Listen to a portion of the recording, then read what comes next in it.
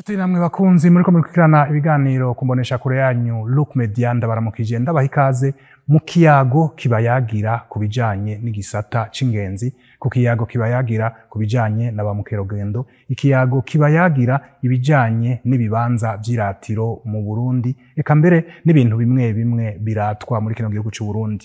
Mu bintu rero Uburundi bufise burata harimwo ingoma. Ingoma ni kimwe mu bimenyetso birata igihugu c'u Burundi. Nta numwe atazi uruhara rw'ingoma mu Burundi. Havuzwe ingoma umuntu yumva Uburundi, havuzwe ingoma umuntu yumva umwami n'ibindi.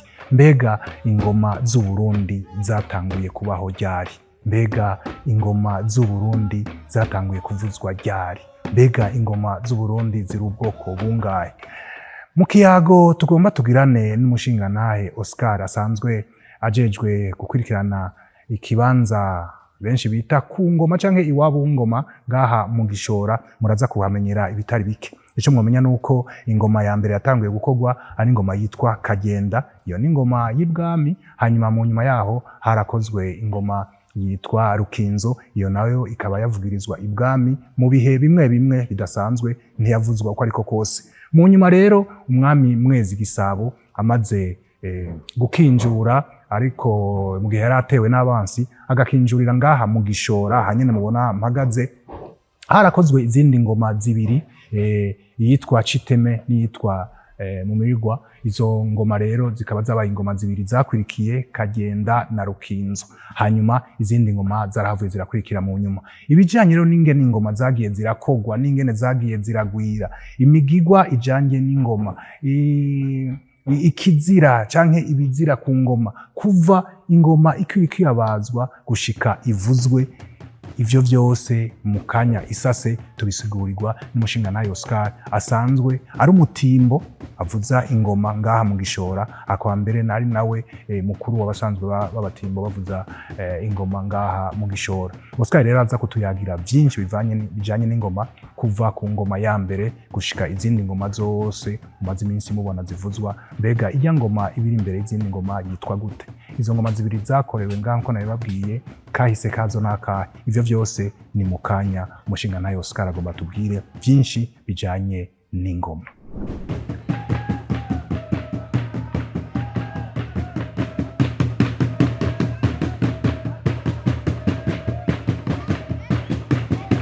Umushingantahe tubasanze ngaha mu Gishora, umuntu avuze ko ari iwabo w'ingoma yobakoresheje? Oya, yobakoresheje gute kandi n'ubundi ariho ingoma z'u Burundi zatanguriye. Ego, reka dutangurire mu ntango, mubanze mutwidondore ku batabazi, mutubwire akazina kanyu, mutubwire n'ivyo mujejwe ngaha mu Gishora. Kw'izina ry'iwanje je ni Oscar Nshimirimana. Jewe ivyo njejwe ngaha mu Gishora, jewe ndongoye iki kigo c'iratiyo vyakahise ku Burundi. Nkaba rero nasubiriye umutama yitwa Antime Baranshakaje, niwe yari imboneza ku ngoma z'u Burundi, kandi niwe yafashije ku ngoma z'u Burundi kugira ngo zisinwe muri UNESCO mu mwaka w'ibihumbi 2014. Yego, murakoze cyane. Ingoma abarundi turazikunda, mbere n'abanyamahanga barazikunda, mugabo kumbure kahise kazo si benshi bakazi. Nimutubwire mwebwe muzi bitari bike kubijanye n'ingoma, ingoma zatanguye kubaho ryari? Bisanzwe ingoma ni za kera, zatanguye kubaho mu gihe c'abami ingoma zariho. Ariko rero hare ingoma zagiye kugwira cane inyuma ya Mwezi Gisabo. Kuko kuri Mwezi Gisabo murazi yuko hariho ingoma bita Karyenda, hariho ingoma bita Rukinzo. Izo nazo ntizari ingoma nk'uku izi tubona bavuza, izi tuvuza abantu bakaryoherwa bagatamba. Zozo zari ingoma zisigura nk'akarorero nka Karyenda yari ingoma bavuze igihugu c'u Burundi, yari iyo Karyenda. Kuko iyo Karyenda bamaze kuyitwara baba bahejeje gufata igihugu c'u Burundi. Rukinzo nayo yari ingoma ihambaye, nayo ishobora kuvuzwa umwami yibambuye, cangwa umwamikazi agiye kwibikira cyangwa umwami agiye kwibaka. Aho mba mvuze iki? Mba mvuze umwami agiye kuryama n'umwamikazi agiye kuryama n'umwami avyutse. Nivyo vy'ivyo rero nari mvuze. Ni izo ngoma zavuzwe gusa. Ni izo ngoma. Oya ndiko mvuga Rukinzo. Naho Karyenda yoyo navuze yuko ari nka kurya basigura igihugu c'u Burundi. Ariko rero iyo Rukinzo nayo igaca yongera ikaziraranga ibihe. Ibihe harageze ibihe ibi n'ibi muca muvyumva. Hama rero hagaca haza n'izindi zakurikiye izo arizo Ruciteme, arizo Murimigwa, zimwe ziri ngaha muri iyo ngoro ngaha mu Gishora, zimaze imyaka irenga 100, zavuzwa rimwe mu mwaka ku munsi mukuru bita umuganuro. Ziri ngaha izo ngoma ni inshato z'inka umwami yagabiye umutama yamunyegeje yitwa Nyabidaha yabaho hepfo muri ivyo bitoki. Hama rero uwo mutama izo nka acakuranya umuryango, haciye iminsi itari mike baca barazirya inyama. Bamaze kuzirya inyama rero inshato zazo ntibazitaye, baciye biga ingene borondera ibiti baza kubaza, baca bakora ingoma, baca bashirako za nshato za nka umwami yagabira wa mutama yamunyegeje. Izo ngoma zica zitwa amazina ya za nka z'umwami. Zari inka zikomeye z'umwami, imwe yitwa Ruciteme, iyindi yitwa Murimigwa. Ruciteme yari imfizi, Murimigwa yari inyana. Izo rero nizo rero uyu munsi ngaha mu Gishora izo ngoma zibiri Ruciteme na Murimigwa ziri ngaha, ni ukuvuga nibo bavyeyi b'izindi ngoma zose z'u Burundi. Yego, urumva rero havuye Karyenda na Rukinzo haciye haza Ruciteme na Murimigwa. Haciye haza Ruciteme na Murimigwa. Izindi kwabaye gukurikira. Izindi kwabaye gukurikira mu nyuma. Umuntu rero agerageje gutahura neza, umuntu yavuga ko hari ubwoko bungahe bw'ingoma bune. Karyenda, Rukinzo, Ruciteme na Murimigwa. Mu bisanzwe iyo Karyenda, tuvuze Karyenda murumva ko yari ingoma ihambaye mu gihugu c'u Burundi. Arico gituma abanyamahanga batatwemereye kuyigumiza mu Burundi. Burya benshi bibaza ngo Karyenda ngo iri mu Burundi. Oya, harya ntari mu Burundi, barya barayivye, barayitwaye. Kandi n'iyi Ruciteme iyo ngaha mu Gishora mu myaka dufate uwo mwaka uheze imyaka 21 izoba ikwiye, nayo ntibagombye mbere bari bayitwaye. None yafatiwe ngaho i Bujumbura ku kibuga c'indege, yaritwawe n'umubirigi. Yaraje ngo ayigure ngaha mu Gishora, umuhise Antime baranshakaje aranka. Baca barondera umuntu ashobora kuyiba mw'ijoro, baca barayitwara bayifatiye i Bujumbura kuri aeroport ku kibuga c'indege, igombije ngo mu Bubirigi. Nuko none umuntu avuze yuko ingoma zatanguye kuvugirizwa mu Gishora yoba yihenze? Eka so kwihenda. Oya, ivyo abarundi bose barabizi kandi n'abanyamahanga barabizi. Burya abanyamahanga barazi kahise ko Burundi gusumba twebwe. Barazi ko hari umunyamahanga ashobora kuza ngaha mu Gishora akamenya aho umwami yarara, aho umwami basi yibaka, vuge mu byo bakoresha kera, naho umwami kazi yibikiye. Hariho umurundi atazi n'igitanda c'umwami ngene bacita, akaguma avuga ngo nuburiri. Si uburiri.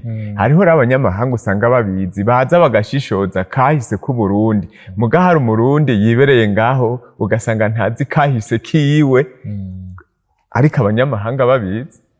Mbega ingoma ko ari ikimenyetso kimwe kidasanzwe mu bijanye na kahise ku Burundi, zirafise imigigwa, zirafise ibintu umuntu adashobora kuvuza ingoma yakoze canke yariye? Nimutubwire imigigwa y'ingoma. Bisanzwe ingoma zirafise imigigwa, zirafise imiziro, guhera mbere ku giti kitaranabazwa. No mu kuja kubaza hose imiziro y'ingoma irahari. Kandi ingoma imaze kuba ingoma hose imiziro irahari. Iyo miziro rero benshi barayizi naho bayirengako. Reka duhere mu ntango y'ingoma nyene. Mbega ingoma irashobora kubazwa mu giti cyari cose canke hari igiti kanaka kibazwa mu ngoma? Mu bisanzwe ingoma irafise ibiti bayibazamwo. Nayo ubundi uri kurayibaza mu nkaratusi iyo ntiba ari ingoma. Hari ibiti mivugangoma, umurama, umuyogoma, n'ivyo. Nivyo bashobora gukuramwo ingoma. Hanyuma mu kubaza ingoma nta migigwa ikorwa, bayibaza uko babonye ico giti cabonetse, yaba umurama, yaba umuvugangoma canke umuyogoma, nta migigwa ibaho bariko barabaza ingoma. Mu bisanzwe twebwe twisunze ivyo basokuru batwigishije, twe turagira imigigwa batwigishije. Ni mu kuzija kubaza, mu bisanzwe ingoma ironderwa n'iyindi. Ni ukuvuga ko mvuze ko ingoma ironderwa n'iyindi, twe mu kuja kubaza dutwara izindi ngoma, izi nyene mubona tuvuza ngaha nizo tujana. Igiti cicirwa izo ngoma ziriko ziravuga, kugira ngo ico giti nicavamwo ingoma izovuge nk'izo zindi ziriko ziravuga. Urumva mu kuja guca igiti mugoma mubazemwo ingoma, yaba umuvugangoma, yaba umuyogoma, yaba umurama, baca igiti muriko muravuza ingoma ziriko ziravuzwa. Zose canke mutwara nkeyi? Dutwara nkeyi, kandi hariko havugwa n'ururirimbo rwa kera rwo ku mwami, rwo ku muganuro. Ruba ruriko ruraririmbwa nawe nyene n'abandi bavuzi b'ingoma, abandi batimbo baba bari iruhande. Yego cane. Uyo ni umwe mu migigwa. Hanyuma nta bindi bikwirikira muri uwo mwanya atari ukuvuza ingoma. Muri uwo mwanya bariko barabaza ingoma nta kindi gikorwa, nta wundi mugigwa ukorwa? Uwo n'umugigwa wo kwicira igiti, hama igiti kimaze kuryama turagira n'uwundi mugigwa nyene wo kukijako imbere yuko bacicira. Oya, none twe kuva kera ntitwamye twigisha kahise k'Uburundi. Twamye twigisha kahise k'Uburundi, nubwo tubigisha bamwe bamwe ugasanga ntibabikurikiza. Kubera iki? Kuko baca mu bisanzwe ubu abantu benshi bafata ingoma bakazishiramo ikizungu. Ikizungu arico gituma imico y'Uburundi uravye neza iriko iratituka. Iriko iratituka kuko nta benshi bahari bavugira imico y'Uburundi, ahubwo barabifukera, niyo mpamvu biguma bitituka. N'uvuze ati ndabizane ndabayagire kahise k'Uburundi ngene twoshigikira imico yacu, barakwitegereza ugaca umengo ntibumva neza ivyo uriko urabasigurira. Birumvikana. Tubwire rero, turacari ku mugigwa, mugiye kubaza ingoma, haravugije ingoma muriko muricira igiti, hari ijambo uvuze ngo haca hakwirikira kuja ku giti ngo tukakijako. Baraja ku giti hama tukariri. Kuja ku giti ni umugigwa basogokuru batwigishije, umuntu agaca aririmba ururirimbo rwavugwa ku munsi mukuru w'umuganuro. Nuko aho mukabaza mugaheza, nta wundi mugigwa ugira imbere yuko kumbura ingoma muyishikana ku kirimba itegerezwa kuja? Oya, aho ntibiratangura no kubazwa. Ntimutanguye kubaza naho bigenda gute? Oya, dutanguye kubaza nyene no kubaza bisanzwe, ariko kizira yuko hari umukenyezi aza kuraba ingoma iriko irabazwa. Kirazira ko hagira umukenyezi aseruka aho hantu? Kirazira. Muca mutangira gute? Barabizi, noneho barabizi. Mugicange mugiye mu kubaza barabizi. Kenshi nk'ahantu tugiye kubazira, ndazi benshi nk'abantu babaza ingoma baramaze kuza baranabivuga. Kenshi na kenshi aho umutimbo ariko arabazira ingoma nta bakenyezi begera. Kiranazira kuko hariho impamvu, arashobora kwegera ari mu bihe, hama rero iyo ngoma igaca imera nabi. Atari ingoma imeze ibaye nabi, nawe narashaka kumererwa nabi. None nta mugani muhora mwumva, imigani y'ikirundi ziravugwa bashiramwo ingoma, ukaza wumva ngo nk'akarorero ngo aho hepfo ngo haciye ingoma itavuga. Ivyo byose ni ibintu basokuru bakurikiza. Uyo mugani usigura iki? Bavuze ngo aho hepfo haciye ingoma itavuga, bashatse kuvuga iki? Aho baba bavuze ivyo, hari igihe baba bavuze umukenyezi yibungenze, cyangwa bakavuga bati aho hepfo haciye ingoma ikanye. Ivyo byose babivuga bisunze imico y'abarundi ya kera. Arico gituma mu mico y'abarundi uyu munsi tugezemo nta mukenyezi avuza ingoma kirazira. Mbe ni kubera iki? None ntimwumva sivyo vy'ivyo mu mateka y'ingoma z'Uburundi nta mukenyezi azivuza. Nta mukenyezi azivuza kandi ingoma bayigereranije n'umukenyezi. Nico gituma ingoma uzawumva bavuga yuko ifise amabere, ifise ahantu ubona utu ni tumwe umwamikazi yambara mu nda. Wewe unyangara. Utu yatwambara mu nda no mw'izosi. Nitwo rero bashize ku ngoma. Aya nayo n'amabere. Aya n'amabere. Utu ntiyatwambara ngo ashaze. Yagomba gushaza yambara inyerere akambara utu yatwambarira uruhigi kuko umwami ntiwavuga ngo rikaragira amabanga y'abubatsi. Baba uruhigi. Utu rero nitwo yabanza akanyiganza two mu nda y'umwami kazi no mw'izosi kugira umwami kazi aryoherwe umwami aca atangura uruhigi. Urakoze cyane. Aya n'amabere ubu ni bwa bunyangari. Aha rero ni mu nda y'ingoma. Mu nda y'ingoma. Aha si mu nda y'ingoma. Mu nda y'ingoma naha. Aha naho ni he? Inda y'ingoma ni aha mu bisanzwe aha ni mu ruhanga. Aha ni mu ruhanga. Iri ni moko. Mvuze iri ko ari ibere, iri ni moko. Aya ni amaso y'ingoma. Amaso y'ingoma ya. Aha naho ni harya bavuza umurisho rero. Aha rero bavuza umurisho nico gituma umukenyezi bamugereranije n'ingoma, urya murisho nawo baca bawugereranya n'umugabo. Umugabo kubera iki? Igitsina c'umugabo. Aha rero ni mu Kibenga, bagereranije izina mu Kibenga. Si mu Kibenga ca Bujumbura, ihibambewe. Oya. Arico gituma rero kizira ko umukenyezi afata umurisho, ahubwo aragenda hagati mu ngoma agatamba. Ariko ntafata umurisho ngo ariko aravuza, aba ariko arivuza.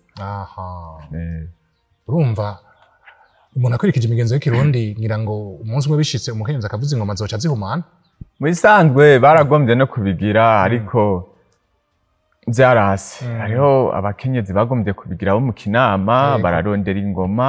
Hanyuma rero hari ku mushikiranganje Jacques n'imigabo hama umutama Antime arasemerera ati ivyo bintu jewe ivyo bintu kuva aho nakavuka iryo bara ntaryo nari bwabone.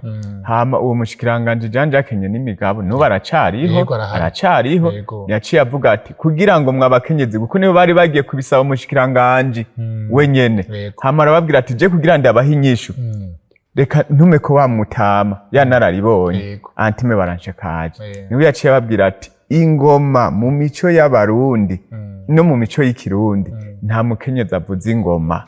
Arabasigurira neza ingene kizira ko bavuza ingoma. Bahavuye babiheba. Be nta wundi kiretse yuko kibujijwe watubwiye imiziro itari mike bambwiye ko ata mukenyezi avuza ingoma, nta yindi miziro y'ingoma ibaho.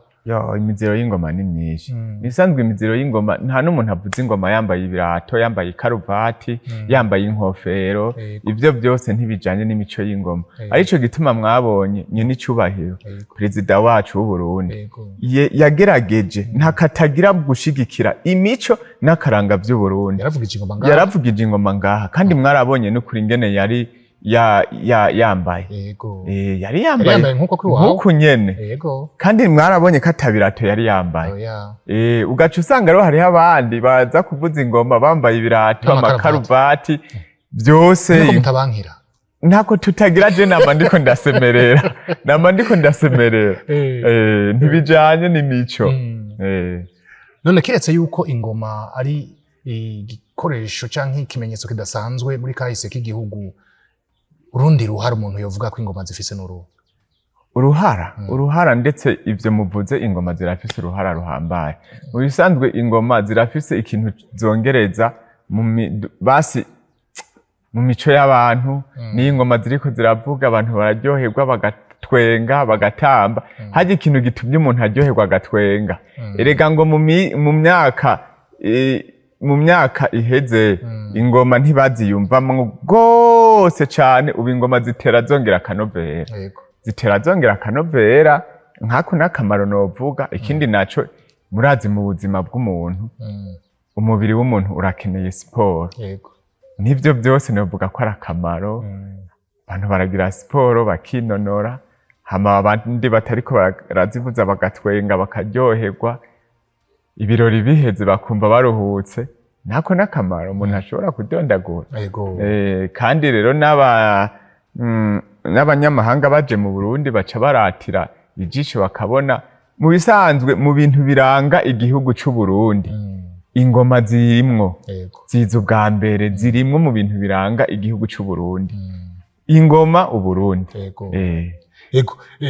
Iyo muriko muravuza ingoma canke abandi batimba bose bariko baravuza ingoma, hariho ingoma ibiri imbere y'izindi, ni iri imbere iri iruhande yacu jewe na Oscar. Tubwire iyi ngoma iba iri imbere y'izindi ngoma iriko mbere n'idarapo ry'igihugu yitwa gute? Mu bisanzwe iyi ngoma iri imbere ibiriko idarapo ry'igihugu c'u Burundi, iyi yitwa inkiranya. Benshi rero niyo bacako bagiye gutamba. Urabona ko abafise imirisho hama bagakiranya, hama agaheza akaja imbere akaja gutamba. Yego. Duheza dusa n'abariko baraja ku musozo w'ikiganiro cacu kubijanye n'ingoma z'u Burundi. Mbega umuntu agereranije abavuzi abatimba buno munsi ngene bavuza ingoma mwaba mwebwe canke abandi bibujumbura n'ahandi, ubwo ziracafise wa mudiho uryoshe nk'igihe ca kera kuri ba Mutama Baranshamanje n'abi imbere yabo? Ubwo nta kintu hari ibintu vyagiye birajamwo bindi?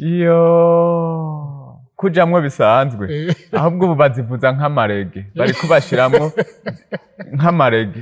Uraraba n'ivyo bariko baragira ukanabura n'ivyo arivyo. Bashise mbere birasize n'ubwenge. None ivyo birababaje canke n'akarusho? Nta karusho kariho, ahubwo birababaje kuko murabona ingoma, ikintu bita ingoma y'u Burundi igizwe n'igiti, ikagirwa n'urushato. Ni ukuvuga ivyo bintu bibiri. Ingoma y'u Burundi nta rutsinga bashirako ngo bavuge ngo umuyaga nkuba uracitse ngo ntisubira kuvuga. Nta gitoro bashiramwo ngo bavuge ngo kirakamye. Nta mapire bashiramwo. Ni ukuvuga rero ivyo bintu bibiri, urushato n'ico giti, ni ibintu biranga Uburundi. Nk'inka, murazi mu gihugu c'u Burundi inka nico kintu c'igitungwa dufise gihambaye novuga gisumba ibindi. Iraryama bakayiririmba, yavyuka bakayiririmba, bakanwa amata, urushato tukaruvuza. Yaba ikintu cose c'inka n'amase, itaye amase hose n'ururirimbo. Twebwe rero inka turayemera, turayihayagiza. Muga mu bindi bihugu usanga bahayagiza imbwa. Ni ukuvuga hariho ibihugu usanga ibitungwa bifise agaciro gusumba ibindi ari imbwa. Kandi izo mbwa barazirihira n'indege zigashika mu Burundi bakajana mu ngendo. Nariko mvuga ibijanye n'ingoma. Iyi ngoma rero ntibikwiye kuvuzwa nk'ibindi bicurarangisho vy'ikizungu. Ibikwiye kuvuzwa nk'ivy'ikirundi nyene. Kuko niyo turiko turazivuza nta Congereza tuvuga, nta Giswahili, nta Lingala, nta Korowani, nta biki, usanga tuvuga ikirundi. Duhayagiza n'indirimbo za kera cangwa z'ubu, ariko zihayagiza igihugu c'u Burundi. Kubwanyu rero kuvuza ingoma vyaratitutse? Ntibiratituka, ariko uriko uraraba umuvuduko biriko birajanamwo. Ejo haza uzosanga ingoma z'u Burundi zatitutse, kandi bagaca bibagira yuko zagiye muri UNESCO rikaba itunga rikuru kw'isi yose. Ejo haza nta kintu cerekana yuko ingoma z'u Burundi zizoba zateye imbere, kubera umuvuduko w'abantu bakiri bato bariko bashiramwo ivy'ikizungu gusa. Sinzi ko mumaze kubibona, usanga ari amakiribite gusa berekana amakiribite kugira ngo abariko bararorera baryoherwe. Kubwanyu noneho kogwa iki kugira ngo ingoma igumane ka kanovera kayo k'ingoma, igumane ya migigwa yayo y'ingoma, igumane ka karanga kayo k'ingoma z'u Burundi? Ku bwacu ingoma, ibi bintu vy'ingoma imico kama karanga, hariho ubushikiranganji bujejwe. Nibo baba bakwiye kuvuga bati ibi bintu ntibiriko biragenda neza, twisunze kahise k'igihugu. Ntibiriko biragenda neza, bikwiye kugenda uku, bikagenda uku. Twebwe turinze tubibona, ni ukuvuga biba vyaradabutse. Nk'ingoma ugaca usanga kuri urubanza rwo kubaka ku bana ivyo bita mariage urubanza rwo kubaka urwabo bakavuza ingoma iryo ni ibara ntaho vyakabaye ni ukuvuga bavuga ko ari amahera ngo yinjirahe k'igihugu c'u Burundi nyene icubahiro ari washigikiye imico n'akaranga kandi avyerekana 100%. Mugaca usanga abo bandi ako kamo ntibakumva bobo twe tuvuza ingoma bo bumva ko ari inoti muga natwe tukumva ko ari twe twumva ko ari umuco n'abakumva ko ari inoti. Ni ukuvuga rero bo twe misanzwe tuvuga yuko inoti zidasumba umuco kuko amahera arahera ariko umuco hajya tuvuze Uburundi nta gihugu na kimwe kiri ku isi kitagira umuco wacu. Burya rero igihugu icyo ari cyo cyose cubakiye ku kintu bita umuco kitubakiye ku muco ico gihugu ntigishobora gutera imbere. Twero turafise umuco wacu utugenga ubu nk'akarorero hamwe hoza nk'umuco wo mu kindi gihugu hariho abantu bamwe muri kino gihugu boca bomuka boca bavuga ati je ibyo bintu ntabyo nshoboye. Muramaze kubona mu bindi bihugu ko usanga bagenda umengo ntibambaye bahagenda ari gusa ariko twebwe mu gihugu c'u Burundi uko bama bahayagiza ibidufungura uyu muyaga aya mazi igihugu c'u Burundi vy'ukuri n'igihugu c'amata n'ubuki. Yego murakoze cyane. Murakoze. Ikindi kibazo imbere yuko dusezerana ku bijanye n'ingoma mbega ko watubwiye ibiti bibazwamwo ingoma atari ibiti ivyo arivyo vyose watubwiye ubwoko bw'ibiti bibazwamwo ingoma ko ari umuvugangoma umurama n'umuyogoma mbega ivyo biti ntabwo bamufise ko bishobora kugera igihe bikazohona hanyuma ingoma abantu bakabura ico babaza mu ngoma? Oya ntibizohona ndibaza ko bitazohona guko igituma mvuga ko nibaza ko bitazohona nka jewe aho mperereye twe turi ku muvuduko wo kubigwiza wo kubigwiza n'ukuri imitumba itandukanye ku mashuri hehe mbere turiko turasaba ko twoza turabitera no mu zindi ntara kugira ico giti c'umuvugangoma mbere ivyo vyose bivamwo ingoma ntibizokwigere bihona. Hanyuma ikindi naco kumbure umuntu ashobora gutera ubwoba umuntu mbega ubwo ntihazogera igihe abana b'u Burundi ntibamenye kuvuza ingoma bahora baza mukabigisha kugira ngo ntihazogera igihe habura abantu bazi kuvuza ingoma ku bwanyu muriko mukora iki? Nk'ubu nk'akarorero nko ngaha mu Gishora twebwe abatimbo gusa bakuze bararenga 40 abana nabo bararenga mu isanzwe twe turashikijana mfasha abo bana 40 barenga gatoyi baguma bimenyereza kugira ngo akaranga kabasokuru n'abasokuruza ntikazodzimangana ariko sinemera ko bimenyereza ingoma bataja kw'ijuri. Oya bafata 2 mu ndwi kuwa gatandatu kuwa kane bakaza ngaha rero bakazivuza iyindi minsi baca bandanya ibikorwa bakaja no kw'ishuri ahejeje primaire aja mu yandi mpaka mwarinda heza na kaminuza ariko akorera ngaha no muri aba mwabonye bavuza ingoma harimwo abatari bake bahejeje kaminuza. Yego biraryoshe cyane. Nico guko ivyo tubigira kubera iki guko izi ngenzi ziza ngaha baza bisunze ikarata bakaza no ku matelefoni benshi baraza ngaha nta kirundi babazi nta giswahili kenshi usanga bakunda kuvuga icongereza n'izindi ndimi zitandukanye. Nta bandi rero abatimbo rero nabo baje amakaminuza baca bayagisha atangorana nta ngorane byose usanga biriko bigenda neza. Ego akajambo kanyuma kugira ngo ingoma z'u Burundi zigumane akaranga kazo zigumane akanovera kazo hokogwa iki vyokorwa nande kugira ingoma z'u Burundi zigumane akaranga kazo? Bo ubwa mbere na mbere hoho jewe ikintu mbona harakwiye kuba amanama ahuza nk'abarongoye imigwi y'ingoma bakaza baramenya imico akaranga k'u Burundi bakabitahura. Ico ni ikintu jewe nibaza yuko nacone coja mu bintu bifasha kugira ngo imico ikingirwe y'u Burundi nabo nyene bajejwe inkino imico kama nabone bakagerageza kuza baratera kamo nyene kugira ngo dushigikire tubumbatire imico yacu. Ndagushimiye cyane kuri aka kanya uduhaye kuri ikiyago uduhaye. Yego murakoze namwe. Nshuti namwe bakunzi mwariko murakurikirana kino kiyago aho twariko turayaga ku bijanye n'ingoma z'u Burundi. Nizera yuko mwahumviye bitari bike, mwamenye byinshi bijanye n'ingoma kuva ku ngoma kagenda gushika kuri izi ngoma mubona uno munsi zose. Mwumvise ingoma ingene zatanguye kubaho, mwumvise kahise k'ingoma, mwumvise ibizira ku ngoma, mwumvise ibidakorwa ku ngoma n'ibikorwa n'ibindi. Nizere yuko mwebwe mwese mwashoboye kuhamenyera ibitari bike ku bijanye n'ingoma y'u Burundi. Mwari kumwe na Remo Prosper niyo nkuru, nkaba ndabashimiye cyane, ndabifuriza kugira ibihe byiza naho butaha.